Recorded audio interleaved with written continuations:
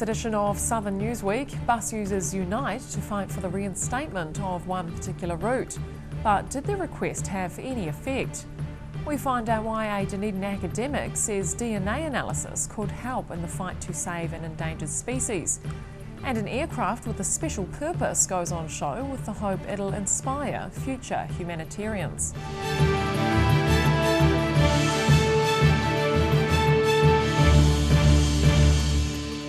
Kia ora, I'm Holly Buchanan. Green Island bus users had their voices heard recently as they called on the Otago Regional Council to reinstate a popular route. Community members presented a petition to the council asking for the return of a Brighton to Abbotsford service, and the response was positive. Pulling up in style, this busload of Green Island residents have taken their petition to the Otago Regional Council in a bid to reinstate a local bus route. So the petition is asking for the reinstatement of a local route as well as the express route. So it's to really enable people from the Green Island, Concord area to access South Dunedin and vice versa. 40 people travelled on the Otago Heritage bus along the former route, arriving at the council with the 400-strong petition in hand. Community members say the lost service is a necessity for people who rely on amenities in the area and can't drive. I think it's really crucial. There's a lot of people who've been negatively impacted by the changes. We've got people who can't get to school exams, we've got people who can't access the doctors and medical centres. When the 70 Brighton route was disestablished, an express service replaced it, travelling through Green Island to the city centre. Residents have spent months collecting signatures to have both of those in operation. The petition was well received at the Regional Council's meeting, where councillors commended the effort and community spirit. I'm hoping that they look at the solution that the community have come up with and that they act on it and they hopefully bring in the proposed changes. The Regional Council says it will undertake more consultation on the issue before making a decision about whether to resurrect the service. Annabelle Dick, 39, Dunedin News. A new central city site has been adorned with a plaque about its historic significance. The area within the exchange has been recognised by Heritage New Zealand as an important ancestral spot in the city, and their honour is regarded as a rare achievement. Recognising local history, residents and local leaders have been involved in formally unveiling a new plaque marking one of Dunedin's oldest thoroughfares. This point here in the city is where the old landing site for our ancestors was located, or near to this point, what we call a tauraka waka, where they would come up the harbour, land their canoes. The Toitu Tauraka Waka is being recognised for its ancestral significance to not only Dunedin but New Zealand. It's now part of the John Wycliffe Plaza, but once was a landing spot for vessels pulling into Otago Harbour. It was a key area for both Māori and European settlers during colonisation. Whether it was gathering food resources here or travelling further south, overland to the various points. So it was quite an important part of the network of trails. The site is the first of its kind in the South Island to be recognised for its significance by Heritage New Zealand. It's also the second site in the country after Waitangi. Local iwi members are glad the spot and their ancestors are being honoured with a permanent marker. We have museums with taonga and what have you in, but nothing overt outside as a physical memorial, reminder of our ancestor, of our tradition, of our place here in the city. Otaku Ruranga members say this is a small step in their journey of making their ancestors' history more accessible to all Dunedin residents. Annabelle Dick, 39, Dunedin News. A local researcher is helping the fight to save an endangered native bird by analysing its DNA. The project involves sequencing the genomes of every living kakapo to help understand breeding problems and tackle health issues. And the work could be revitalising for the rare bird. From the bush to the lab, this University of Otago researcher is looking over feathers of an endangered species. Dr. Bruce Robertson is part of an international team trying to analyse the native kakapo's DNA. So it'll give us all of the information about the genes that are in an entire kakapo's genome, so all of its DNA. And from that we'll then be able to look at how the DNA or the genes are associated with different things in kakapo. The DNA will be extracted at the University of Otago, then sent to scientists to be sequenced. The team's hoping to understand egg hatchability and sperm abnormality, which are having a major effect on the population. 50% of eggs don't hatch, and typically in most birds you'd have 90% of eggs hatching, so there's a very small proportion that don't hatch. Crowdfunding is being used to cover the research. The kakapo is one of New Zealand's rarest birds, with only 125 left. At one time the population dropped to 51. Researchers are hoping with new data they can find ways of breeding the birds successfully. We'll have all of their DNA information. There basically won't be anything else to collect.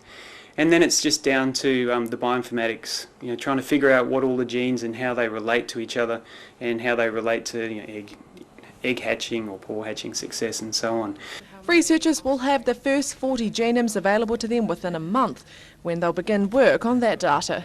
Annabelle Dick, 39, Dunedin News. A conference is being held locally to commemorate an Irish uprising that happened 100 years ago. The Easter Rising was launched by Irish Republicans to end British rule a century ago this week.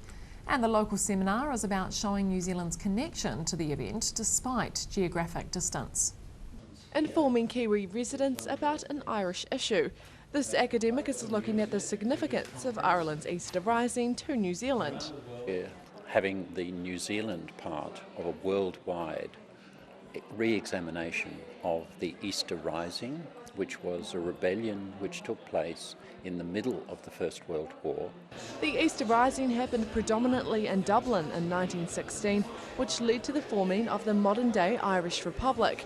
This weekend will mark 100 years since the battle for independence began. A group of insurgents took over some of the main buildings around Dublin and basically challenged the British Empire in what was at the time a blow for independence and for creation of a republic in Ireland.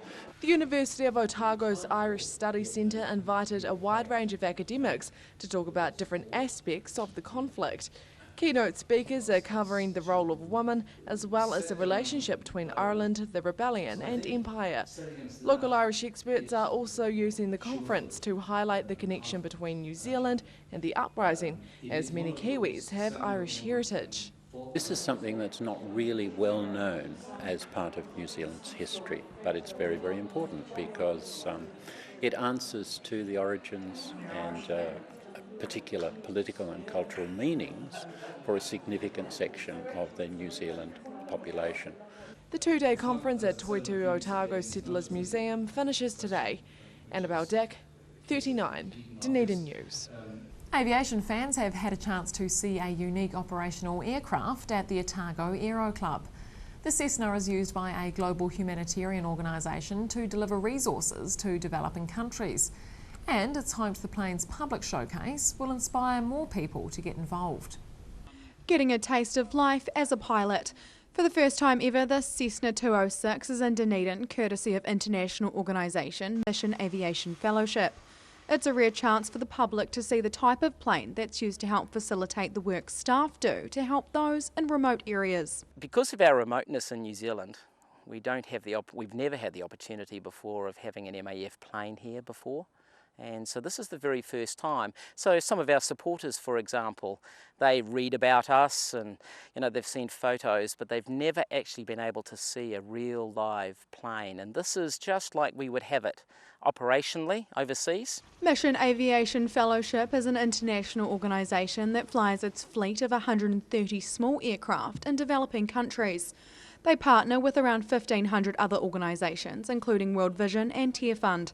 They've been helping remote communities around the world for over 70 years. The people we help are very remote. They can't get medical help, they don't get education, and the MAF provides a lifeline. And these aircraft provide a lifeline in those types of situations, in those countries, in those communities. The Cessna has been working for the fellowship for the majority of its almost 40-year life, based mainly in Cambodia. Fox says having it here in Dunedin is a way to inspire young people who might be dreaming of a career in aviation. We are here in New Zealand to help recruit pilots, engineers, managers, and send those people and their families to go and work for us in these remote countries, these remote communities. and we fundraise here, we promote the work, and yeah, raising funds is an important part of what we do as well. Having the plane on display is just one of the ways Fellowship staff are engaging the Otago public with the work they do. They'll get the chance to chat with plenty of aviation experts and fans at the Warbirds Over Wanaka event at the weekend. Ruby McAndrew, 39, Dunedin News. Still to come on Southern Newsweek, tertiary students begin researching a local beach, the results of which may help solve erosion problems. And book lovers line up to cash in on a public library clean-out.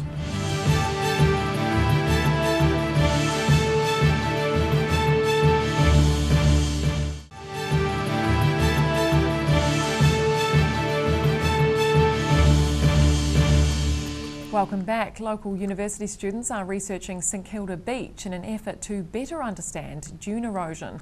They're studying sea levels and foredunes to see how they impact sand depletion. And the project may help to solve erosion problems all over Dunedin coastlines. Analysing one of Dunedin's prized beaches, these students are studying St Kilda Beach in order to get a better understanding of foredune erosion. They're using nearby St Clair for comparison, and the findings may help to clarify erosion on a wider level. Because the research is mainly focused at St Kilda, anything that happens here we may be able to relate to St Clair as well, but primarily we're looking at St Kilda. The master students are working on different aspects of the research. Tom Simon-Smith is primarily studying the foredune and sand movement. He says moving sand inland helps protect dunes from erosion during storms, and they'll soon get to work on testing the theory. What we're going to do is sort of artificially excavate the dune system through shoveling, through manual labour, and then also through digging with a large excavator to try and disturb the dune and allow sand to move inland away from storms. Maloney is surveying the foredune to see how it changes over time in relation to the sea. She's deploying sea level sensors and rocks, and a camera has also been installed to capture the dunes every 30 minutes. Data will be compiled to understand the dunes and sea levels more clearly. I'll be surveying the foredune at multiple periods over this year, and then also deploying these water level sensors into the rock platform here at St Kilda to measure the level the water gets when it erodes the foredune. Coastal erosion is likely to be a multi-million-dollar problem for the Dunedin City Council going forward. It'll soon spend more than $500,000 on a short-term fix, repairing sand sausages and mattresses at St Clair before winter. Annabelle Dick, 39, Dunedin News. A local seminar has empowered the community's future leaders with key skills about thinking globally. The World Vision Youth Conference gave high school students lessons on leadership in a worldly context, and participants were in for a surprise. Tackling global issues locally. These secondary school pupils have been learning leadership skills at World Vision's Youth Conference in Dunedin. It was aimed at gearing teenagers up for what they're likely to face later in life. They come in, they learn about some hard truths about the world. They hear from some amazing people who are doing a difference, and then they're given some tools to make a difference themselves. 140 students from 26 schools around Otago and Southland took part in the conference. They were assigned countries to represent, with the task of thriving on each nation's resources, but the exercise soon turned into a power struggle. They end up creating a world quite often that resembles the world that we live in today, that's quite unequal. And then we debrief the game afterwards, and they realise that the world they've created isn't actually the world that they want to live in. World Vision holds these conferences throughout New Zealand each year. Hamilton says the skills learnt within are vital for students to carry through to their communities when it comes time for them to take charge. These guys are the next leaders of Dunedin, of New Zealand, of potentially of wider the international community, and we believe it's absolutely imperative to teach them leadership and for them to be empowered to make their mark on the world. The day-long conference included interactive workshops and keynote speakers, as well as a global education seminar. All those involved appear to enjoy the time spent learning outside the classroom. Annabelle Dick, 39, Dunedin News. Hundreds of books are being culled from the Dunedin Public Library's collection, with many titles surplus to requirements. Staff are organising several public sales throughout the year instead of having one main clear-out. But the increased frequency is doing little to stop bargain hunters getting in early. Hunting for some winter reads. Dozens of avid readers are perusing a large selection of books on sale at the Dunedin Public Library. Book sales at the Central City Library are consistently popular, with plenty of regulars making sure they're first in. It was particularly funny this morning because there's always a rush at the door, and they ran in, and some of them hurtled over the barriers there, which we enjoyed. In the past, the library's focused on running one annual sale in its basement car park. But there's increasing demand from resident book lovers to run the event seasonally and in a more accessible location. Well, it is a smaller area, but, well, it's easier to set up because it's quite a lot of the staff involved with it are getting older, as including myself, so it's just easier to set up that way. But also, people discover it. We advertise quite a lot, but you always get people saying, I didn't know it was on. But this way, if they're coming to the library, they just come upon it, and that's a real bonus. The increasingly frequent sales are necessary for two reasons. They generate revenue for the Dunedin City Council, and for staff, they're a great way to free up space for new purchases. It's ongoing all the time. As we're purchasing new books, we're also looking at books to deselect. So we just keep them in the shelves in the lower basement, our upper basement, and they're just stockpiled there until we're ready to have a sale. When we get to a certain point we've got enough, then we have the sale. This sale's running all weekend during normal library opening hours. That gives book lovers plenty of time to fossick through what's on offer and head home with a sizable stack. Ruby McAndrew, 39, Dunedin News. And just ahead on Southern Newsweek, we take a look at the antics of an annual street party, and thousands attend a fashion show with enough variety to cater for everyone.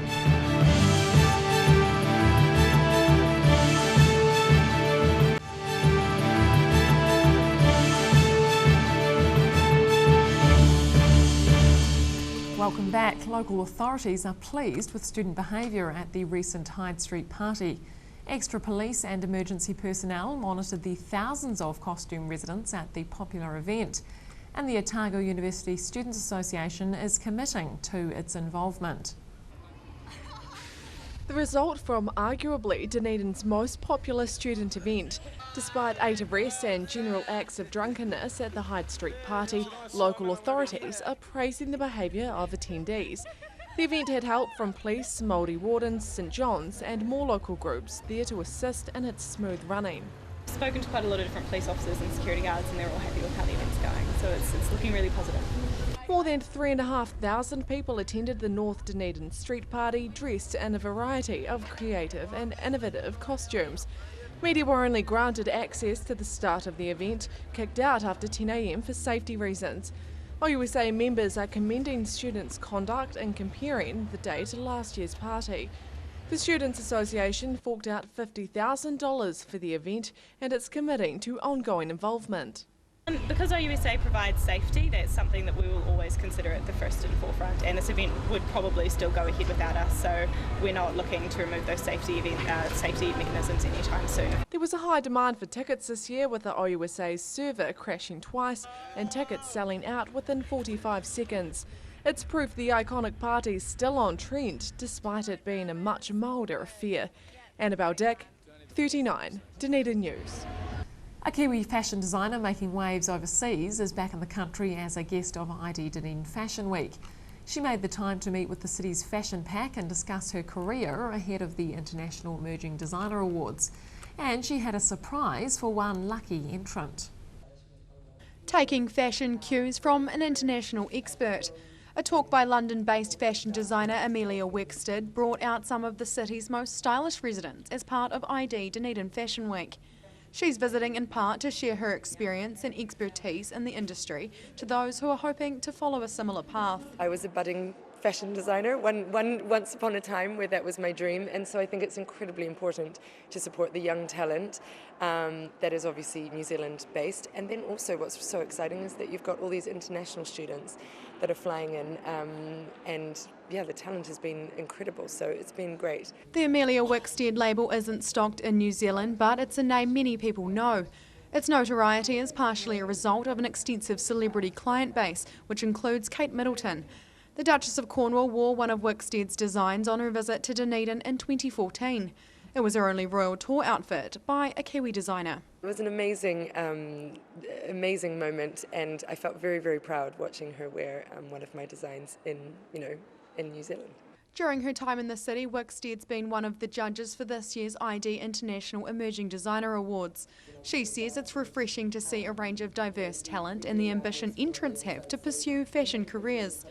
One finalist is getting a head start on that dream thanks to Wicksteed. There was one particular person that I thought was absolutely brilliant, and am going to offer an internship to come and work with me in London in the design team. So that particular person, I think, could do wonders for us and could learn a lot. It's Wicksteed's first time in Dunedin and she's impressed with the way women dress, even if it's a bit darker than her usual bright colour palette. Ruby McAndrew, 39, Dunedin News. Sportswear reigned supreme on the catwalk at the recent ID International Emerging Designer Awards. 38 budding fashion designers from around the world put their collections on the line as they vied for the coveted top prize. And the bright designs of one Australian entrant wowed judges. Savouring the spotlight.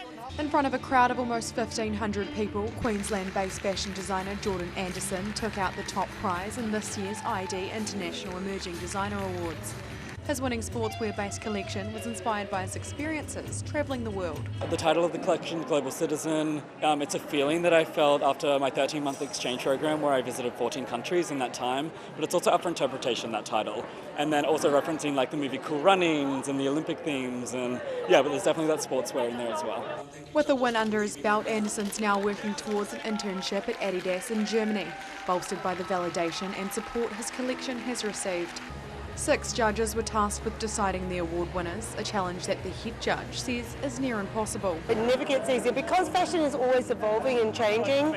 Every year it's a different dynamic, and so this year there was a lot of personal stories that people wanted to convey to us, so it's a lot about listening, understanding what it is that they're trying to tell their story. While the stage was dominated by budding Australian designers, one local entrant didn't go away empty-handed. Sophie Ball's mythical creature-inspired collection took home the night's most commercial prize, an honour she's overwhelmed by. That was, if I was to win a prize, that was the one I really wanted to win. I think if I really want to be a commercial designer, and I think that a lot of people would like my stuff, and I love that they love it enough to award me with this, so I'm really, I feel good. Ball takes away a $1,000 cash prize for her win, while Anderson is now $6,000 richer for his win. It's the kickstart these guys need to continue their careers in what can often be a cutthroat world of fashion. Ruby McAndrew, 39, Dunedin News. And finally, close to 3,000 people packed out the Dunedin railway station to get their fashion fix last weekend. The creations of more than 20 local, national and international designers graced the catwalk for the 2 ID shows. And plenty of variety meant there was an outfit for every wardrobe. Fashion under the fairy lights. Tanya Carlson's bohemian-inspired designs helped kick off this year's ID Dunedin fashion show. It was a near sell-out crowd over 2 nights as part of the 17th annual ID spectacle. Models took to the 120-metre-long catwalk built on the platform of the Dunedin railway station, while a fashionable audience looked on. MCs Mike McRoberts and Paula Penfold made a stylish pair, with the latter dressed in Dunedin's own mild red. Several more of the city's well-known labels were also on show, including Nom D, Company of Strangers and Charmaine Reveille. But it was the 2 guest designers that really wowed the crowd. Kate Sylvester's latest collection started the show's second half with pieces inspired by artist Pablo Picasso. The work of London-based but New Zealand-born Amelia Wicksteed also garnered a favourable response from the crowd. It was Wicksteed's first time showing at ID, and she made an impact both on and off the runway. She offered Australian designer Stephanie Frigg an internship in her London studio after seeing her designs earlier in the week. The fashion event is supported by the Dunedin City Council and has been running since 1999. Ruby McAndrew, 39, Dunedin News. And that's all for this edition of Southern Newsweek. You can find us on Facebook, YouTube and Twitter, and don't forget to take a look at our website at dunedintv.co.nz. I'm Holly Buchanan, thanks for watching.